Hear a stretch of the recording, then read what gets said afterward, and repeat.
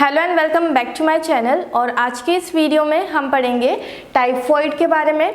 Typhoid का क्या causative organism है, टाइफॉइड कैसे ट्रांसमिट होता है, इसके क्या क्लिनिकल फीचर्स है, क्या लाइफ साइकिल होती है टाइफॉइड के बैक्टीरिया की, क्या डायग्नोसिस है और ट्रीटमेंट है।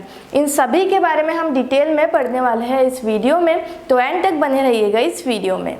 सबसे पहले टाइफॉइड को हम एंटेरिक फीवर भी कहते हैं। एंटेरिक फीवर इसलिए क्योंकि एंटेरिक का मतलब होता है इंटेस्टाइन, ठीक है। तो टाइफॉइड का जो बैक्टीरिया है ये मेनली इंटेस्टाइन में इन्फेक्ट करता है, वहीं पर लॉज होता है, इसलिए टाइफॉइड को हम एंटेरिक फीवर भी कहते हैं। ओके, नेक्स्ट हम बात करेंगे कॉजेटिव ऑर्गेनिज्म की कि टाइफॉइड किसकी वजह से होता है। तो एक बैक्टीरिया रहता है, मेनली जो बैक्टीरिया रहता है वो है साल्मोनेला टाइफाई, ठीक है, साल्मोनेला टाइफाई। और इसका एक और स्ट्रेन होता है, मोस्ट कॉमनली तो साल्मोनेला टाइफाई से ही होता है, लेकिन कोई कोई रेयर केसेस में साल्मोनेला पैराटाइफाई की वजह से भी टाइफॉइड होता है, ठीक है।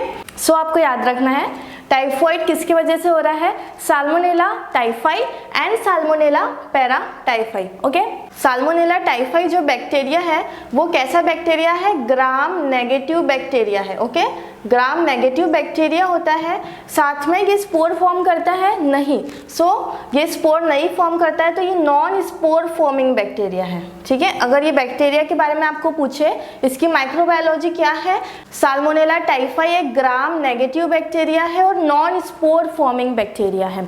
अब नेक्स्ट हम बात करते हैं ट्रांसमिशन की कि टाइफॉइड कैसे फैलता है एक ह्यूमन से दूसरे ह्यूमन में, कैसे टाइफॉइड का बैक्टीरिया, टाइफॉइड कैसे स्प्रेड हो रहा है। क्योंकि आपने देखा होगा टाइफॉइड बहुत ज़्यादा कॉमन डिजीज़ है, हम सुनते रहते हैं इसे टाइफॉइड हो गया या उसे टाइफॉइड हो गया, तो बहुत ज़्यादा कॉमन डिजीज़ होती है। तो ये फैलता कैसा है, ये फैलता है फीको ओरल रूट के थ्रू। फीको ओरल रूट यानी कंटामिनेटेड फूड हो गया या कंटामिनेटेड वाटर जो था, मतलब जो भी फूड आइटम्स था उसके अंदर बैक्टीरिया था साल्मोनेला, और वो कोई हेल्दी इंसान ने खा लिया। ओके, हेल्दी इंसान ने इंजेस्ट कर लिया, तो उससे भी क्या हो जाएगा, टाइफॉइड हो जाएगा, ठीक है। सपोज ये इंसान है जिसे टाइफॉइड है, ठीक है। अब ये टाइफॉइड वाला इंसान था, इसका जो स्टूल था, तो ये जो ह्यूमन का स्टूल था इसमें कोई फ्ली बैठी, ठीक है, जो मक्खी आती है वो बैठी, और ये फ्ली ने ये जो खाना रखा था, ये स्वीट्स रखे थे, समझो ये लड्डू रखे थे, तो ये फ्ली ने यहाँ पे जाके बैठ गई ये लड्डू पर। अब ये लड्डू कोई हेल्दी इंसान ने इंजेस्ट कर लिए, खा लिए, तो ये इंसान को क्या हो जाएगा, टाइफॉइड हो जाएगा। तो इस रूट को क्या कहते हैं, फीको ओरल रूट कहते हैं। फीको मतलब स्टूल, ओरल, ठीक है, ओरली इंजेस्ट कर लिया तो इंसान को टाइफॉइड हो जाता है। So transmission is by faeco oral route, ठीक है। नेक्स्ट हम बात करेंगे इंक्यूबेशन पीरियड। इंक्यूबेशन पीरियड यानी जो ऑर्गेनिज्म है वो ह्यूमन के अंदर आया और उसने अपना फर्स्ट सिम्टम शो किया, तो इस जो बीच का जो पीरियड इंटरवल था उसे हम इंक्यूबेशन पीरियड कहते हैं। तो टाइफॉइड का इंक्यूबेशन पीरियड कितना है, 10 से 15 डेज, ठीक है, 10 से 15 days is the incubation period for typhoid. Next हम डिस्कस करेंगे क्लिनिकल फीचर्स कि क्या क्या सिम्टम्स आते हैं, क्या क्या साइंस एंड सिम्टम्स रहते हैं, लक्षण रहते हैं टाइफॉइड के पेशेंट में। तो फर्स्ट वीक में अलग आते हैं, सेकेंड वीक में और थर्ड वीक में, सब तीनों वीक्स का हम अलग अलग पढ़ेंगे। सबसे पहले हम बात करेंगे फर्स्ट वीक। फर्स्ट वीक में जो फीवर आता है वो कैसा रहता है, स्टेप लेदर फीवर। अब इन्फेक्शन हुआ है बैक्टीरिया का तो इंसान को टेम्परेचर बढ़ेगा और फीवर तो आएगा ही। तो टाइफॉइड के फीवर की खासियत ये होती है कि ये कैसा रहता है, स्टेप लेदर फीवर। इसका मतलब क्या होता है, ये टेम्परेचर है, ठीक है, और ये बेस लाइन है, ठीक है, ये जितना नॉर्मल टेम्परेचर रहता है वो ये वाला लाइन है, ठीक है। तो टाइफॉइड में जो फीवर होता है वो बढ़ता है कम होता है, बढ़ता है कम होता है, इस प्रकार से फीवर होता है, लेकिन कभी भी वो बेस लाइन टेम्परेचर को टच नहीं करता है, ठीक है। 36.6 डिग्री सेल्सियस जो नॉर्मल टेम्परेचर रहता है उसको बेस लाइन को टच नहीं करता है, बढ़ता है कम होता है, बढ़ता है कम होता है, तो इस प्रकार का फीवर मिलता है। इसे हम क्या कहते हैं, स्टेप लेदर फैशन फीवर, ठीक है। तो ये आपको याद रखना है, बहुत इंपॉर्टेंट है, step leather fashion fever. Second is abdominal pain. Abdomen में पेन होता है, वो इसलिए क्योंकि टाइफॉइड को हम क्या कहते हैं, एंटेरिक फीवर कहते हैं, ठीक है। एंटेरिक यानी इंटेस्टाइन, ओके, क्योंकि जो टाइफॉइड का बैक्टीरिया है वो इंटेस्टाइन में ही रहता है। इसकी जब हम लाइफ साइकिल पढ़ेंगे और टाइफॉइड की जब पैथोफिजियोलॉजी पढ़ेंगे तब आपको और डिटेल में ये चीज़ समझ में आएगी, ठीक है। तो फर्स्ट वीक में एब्डोमिनल पेन भी हो रहा है पेशेंट को, क्योंकि इंटेस्टाइन में बैक्टीरिया है, पूरी जो डाइजेशन की प्रोसेस है वो भी हैम्पर होती है टाइफॉइड में, सो एब्डोमिनल पेन होगा। तीसरा डायरिया, ठीक है, डायरिया ऑब्वियसली होगा क्योंकि इंटेस्टाइन में जब बैक्टीरिया है, इंटेस्टाइन फूड एब्जॉर्ब ही नहीं कर पाएंगे क्योंकि इन्फ्लामेशन मिलेगा इंटेस्टाइन में, तो वो कैसा बिना एब्जॉर्ब हुए निकल जाएगा।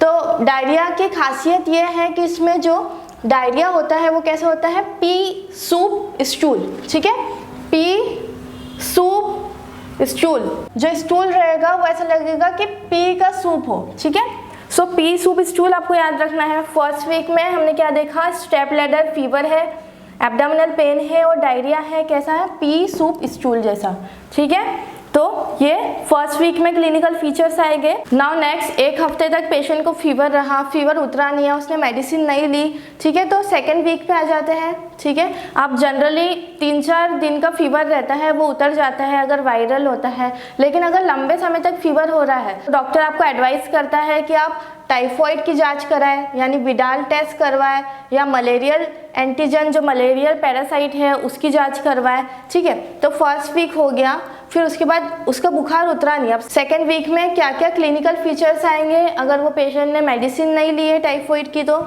सेकेंड वीक तक प्रोग्रेस हो गया टाइफॉइड, तो क्या होगा, सबसे पहले टॉक्सिक लुक होगा। क्यों, एक हफ्ते से जो पेशेंट है उसको फीवर है तो टॉक्सिक लुक दिखेगा, उसके फेस में वो अलग ही दिखेगा कि बीमार है, ठीक है, क्योंकि जो बैक्टीरिया है साल्मोनेला टाइफाई, उसका जो टॉक्सिन है वो उसकी बॉडी में पूरा रिलीज हो गया है।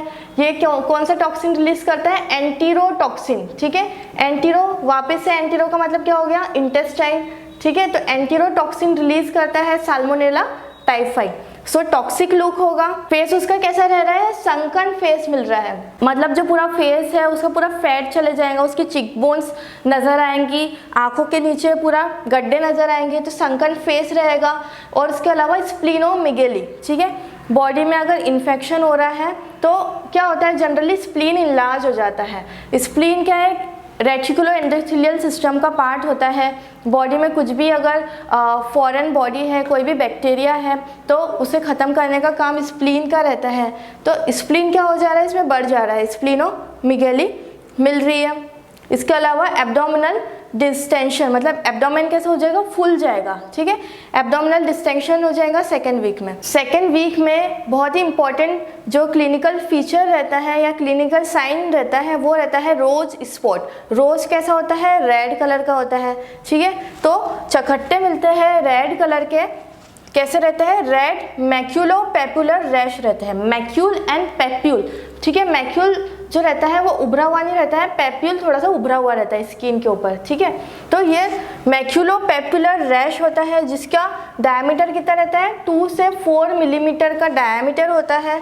और जब ये रेड कलर के रैश जो आते हैं कहाँ पर आ रहे हैं, अपर एब्डोमेन में, बैक में और चेस्ट में। अपर एब्डोमेन, बैक में और चेस्ट में चखट्टे होते हैं, जब इन पर हम प्रेशर लगाते हैं तो ये फेड आउट हो जाते हैं, ठीक है, ये गायब हो जाते हैं। तो इस प्रकार के रैशेस मिलते हैं जिसे हम रोज स्पॉट्स कहते हैं। वेरी इंपॉर्टेंट, रोज स्पॉट्स फाइंडिंग सेकेंड वीक, ठीक है, स्पेसिफिकली।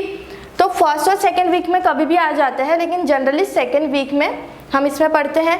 और क्या होता है सेकेंड वीक में, रिलेटिव ब्रेडिकार्डिया। रिलेटिव ब्रेडिकार्डिया का मतलब क्या होता है, जब जब टेम्परेचर बढ़ता है उसके साथ पल्स रेट भी बढ़ता है। ये एक नॉर्मल रूल है, लेकिन टाइफॉइड में ये अपोजिट हो जाता है कि टेम्परेचर तो बढ़ रहा है लेकिन उतना ज़्यादा पल्स रेट नहीं बढ़ रहा है। 1 डिग्री अगर टेम्परेचर राइज हो रहा है, सपोज 37 से अगर 38 degree Celsius temperature, 1 degree temperature rise हुआ तो पल्स रेट 10 बीट्स इंक्रीज हो जाती है। नॉर्मल कितनी रहती है, 72 बीट्स पर मिनट रहती है।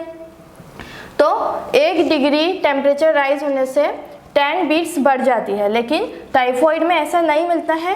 ब्रेडिकार्डिया यानी पल्स रेट कम होती है, रिलेटिव ब्रेडिकार्डिया इसमें हमको मिलता है टाइफॉइड में, ठीक है। नाउ नेक्स्ट, फर्स्ट वीक हो गया, सेकेंड वीक हो गया, तभी भी ट्रीट नहीं हुआ है टाइफॉइड। तो जब टाइफॉइड थर्ड वीक में प्रोग्रेस कर जाता है, तो पियर्स पैचेस क्या है, ये लिम्फ नोड्स है इंटेस्टाइन के, क्या है, लिम्फ नोड्स है इंटेस्टाइन के। तो ये क्या हो जाते हैं, फूल जाते हैं, क्योंकि पियर्स पैचेस में ही जो बैक्टीरिया है साल्मोनेला टाइफाई बैक्टीरिया है वो उस पैचेस में ही, वो लिम्फ नोड्स में ही भरा हुआ है, तो वो उस जगह का क्या कर देता है, पूरे इंटेस्टाइन का इन्फ्लामेशन कर देता है। पियर्स पैचेस में अगर बहुत सारे बैक्टीरिया आ गए तो ये फूट भी जाते हैं और एब्सिस बना लेते हैं, ठीक है, एब्सिस बन जाता है, पस फॉर्मिंग अल्सर बन जाता है, और ये अल्सर का शेप कैसा रहता है, ओवॉइड शेप का, ठीक है। कभी कभी क्या होता है, परफोरेशन भी हो जाता है, इंटेस्टाइन क्या हो गई, पूरी परफोरेशन हो गया, मतलब आर पार हो गया, सो दिस इज परफोरेशन हो जाता है, हेमरेज हो जाता है, इंटेस्टाइनल हेमरेज हो जाता है। तो क्या हो जाता है, पेरिटोनाइटिस, जो पेरिटोनियम है पूरा, उधर पूरा फ्लूइड भर जाता है, पेरिटोनाइटिस हो जाती है, जो कि बहुत सीवियर और एक इमरजेंसी कंडीशन है, ठीक है, एक्यूट एब्डोमेन में आती है पेरिटोनाइटिस, पूरा पेरिटोनियम के अंदर फ्लूइड भर जाता है। नेक्स्ट हम समझेंगे very important life cycle of enteric fever या फिर टाइफॉइड। तो चलिए शुरू करते हैं। सबसे पहले टाइफॉइड का कैरियर होता है, टाइफॉइड का कैरियर वो ह्यूमन होता है जो 1 ईयर तक के टाइफॉइड के बैक्टीरिया शेड करता है अपने स्टूल में या अपने यूरिन में, कैरियर होता है टाइफॉइड का, और कंटिन्यूसली उसकी गॉल ब्लैडर में जो बैक्टीरिया है वो मल्टीप्लाई होते रहते हैं। तो जो गॉल ब्लैडर है वो बहुत अच्छा सोर्स रहता है जहाँ पर टाइफॉइड के बैक्टीरिया मल्टीप्लाई होते रहते हैं कंटिन्यूसली। सो एक कैरियर है टाइफॉइड का, जैसे कि एक बहुत इंपॉर्टेंट एग्जांपल है इसका, टाइफॉइड मैरी। जो टाइफॉइड मैरी थी वो खाना बनाती थी एक रेस्टोरेंट में, और वो एक बहुत ज़्यादा बड़ी कैरियर थी जिसने बहुत सारे इंडिविजुअल को टाइफॉइड करवाया, ठीक है, क्योंकि वो एक क्रोनिक कैरियर थी। गॉल ब्लैडर के अंदर क्या होता है, टाइफॉइड के बैक्टीरिया मल्टीप्लाई होते रहते हैं, तो इसमें भी एक कैरियर है टाइफॉइड का, ठीक है। तो उसके गॉल ब्लैडर में क्या हो रहा है, मल्टीप्लाई हो रहे हैं। हमें पता है कि जो टाइफॉइड है उसमें स्प्रेड कैसा होता है, फीकल ओरल रूट के थ्रू होता है, ठीक है। तो जब भी ये यूरिन या स्टूल गए तो इनके जो यूरिन या स्टूल में क्या होते हैं, टाइफॉइड के बैक्टीरिया प्रेजेंट होते हैं। अब ये टाइफॉइड के जो बैक्टीरिया है उसके ऊपर कोई फ्ली या कोई हाउस फ्लाई, ठीक है, मक्खियाँ जिसे हम कहते हैं, मक्खी वो स्टूल पे बैठी, ठीक है, वो स्टूल पे जो मक्खी बैठी वो मक्खी ने क्या किया, जो अच्छा फूड था उसे कंटेमिनेटेड कर दिया, जो हेल्दी फूड किचन में रखा हुआ था उसे ये फ्ली ने क्या करा, कंटेमिनेटेड कर दिया। अब जो फ्ली ने ये फूड कंटेमिनेटेड किया था वो एक हेल्दी इंसान ने क्या करा, इंजेस्ट कर लिया, यानी क्या कर लिया, खा लिया। तो ये फ्ली से इन्फेक्टेड जो फूड था वो ये हेल्दी पर्सन ने खा लिया, ठीक है। अब ये जो टाइफॉइड का बैक्टीरिया भी चले गया साथ में, ब्लड के थ्रू और लिम्फेटिक्स के थ्रू मल्टीप्लाई होता है, 1 से 2, 2 से 4, इस प्रकार से ये मल्टीप्लाई होते हैं। इंजेक्शन करने के बाद ये इंटेस्टाइन की जो सेल्स है, म्यूकोजा प्रेजेंट होती है, जो म्यूकोजल सेल है, जो बाहर की जो सेल्स है उसे हम म्यूकोजल सेल कहते हैं, उसके अंदर इन्वेड करते हैं जो इंटेस्टाइन के लिम्फ नोड्स है, जिसे हम पियर्स पैचेस कहते हैं, ओके, बहुत इंपॉर्टेंट है पियर्स पैचेस। इसके अंदर आ जाते हैं साल्मोनेला टाइफाई और मल्टीप्लाई करते हैं। तो ये क्या करते हैं, बहुत मल्टीप्लाई होते हैं। तो अगर बॉडी में कुछ बैक्टीरिया है तो जो हमारा इम्यून सिस्टम है वो किसे भेजेगा, WBC को, ठीक है, वाइट ब्लड सेल ल्यूकोसाइट्स। तो WBC और ल्यूकोसाइट्स भी बहुत सारी यहाँ पर आ जाती है, और क्या बन जाता है, एब्सिस का फॉर्मेशन हो जाता है। तो इसमें क्या होता है, WBC भी होती है, बैक्टीरिया भी होती है, और एक एब्सिस बन जाता है, ठीक है, एक पस फॉर्मिंग स्ट्रक्चर बन जाता है यहाँ पर। और फिर ये एब्सिस किस में बदल जाता है, एक अल्सर बन जाता है, और कैसा अल्सर रहता है, ओवॉइड शेप का अल्सर बन जाता है। कभी कभी अगर प्रॉपर टाइम पे ट्रीटमेंट नहीं लिया गया तो ये पूरा परफोरेट भी कर देता है, ठीक है, ऐसा आर या पार हो जाता है, परफोरेशन हो जाता है इंटेस्टाइन का, ब्लीडिंग होने लग जाती है, हेमरेज हो जाता है, ठीक है, और पूरे जो पेरिटोनियल कैविटी है उधर फ्लूइड भर जाता है और पेरिटोनाइटिस भी हो जाती है। तो ये बहुत ज़्यादा सीवियर कॉम्प्लिकेशन रहता है टाइफॉइड का, ठीक है। तो आई होप कि आपको ये समझ में आई हो लाइफ साइकिल कि कैसे कोई कैरियर था और वो अपना स्टूल और यूरिन में साल्मोनेला टाइफाई शेड कर रहा था, फिर कोई हाउस फ्लाई आई या मक्खी आई, मक्खी ने यहाँ साल्मोनेला टाइफाई उठाया और उसको यहाँ अच्छे हेल्दी फूड में रख दिया, और ये हेल्दी फूड जो था जो अब कंटेमिनेटेड हो गया है वो एक हेल्दी पर्सन ने इंजेस्ट कर लिया और कैसे उसे टाइफॉइड हो गया। इसलिए जो टाइफॉइड है वो जनरली जहाँ पर अच्छे से हाइजीनिकली नहीं रहा जाता है या फिर ओपन ड्रेनेज है, जैसे गांव वगैरह में होता है मोस्टली, तो ओपन ड्रेनेज जहाँ पर है, जहाँ पे मक्खियाँ वगैरह ज़्यादा है वहाँ पर ज़्यादा होता है, ठीक है। लो सोशियो इकोनॉमिक ग्रुप में ज़्यादा टाइफॉइड होने के चांसेस रहते हैं। नेक्स्ट हम पढ़ेंगे डायग्नोसिस ऑफ टाइफॉइड में हम फर्स्ट, सेकेंड, थर्ड और फोर्थ वीक में अलग अलग कल्चर मीडियम और अलग अलग जगह से हम टाइफॉइड पता करते हैं। तो उसकी ट्रिक है बासु, ओके, BASU, ठीक है।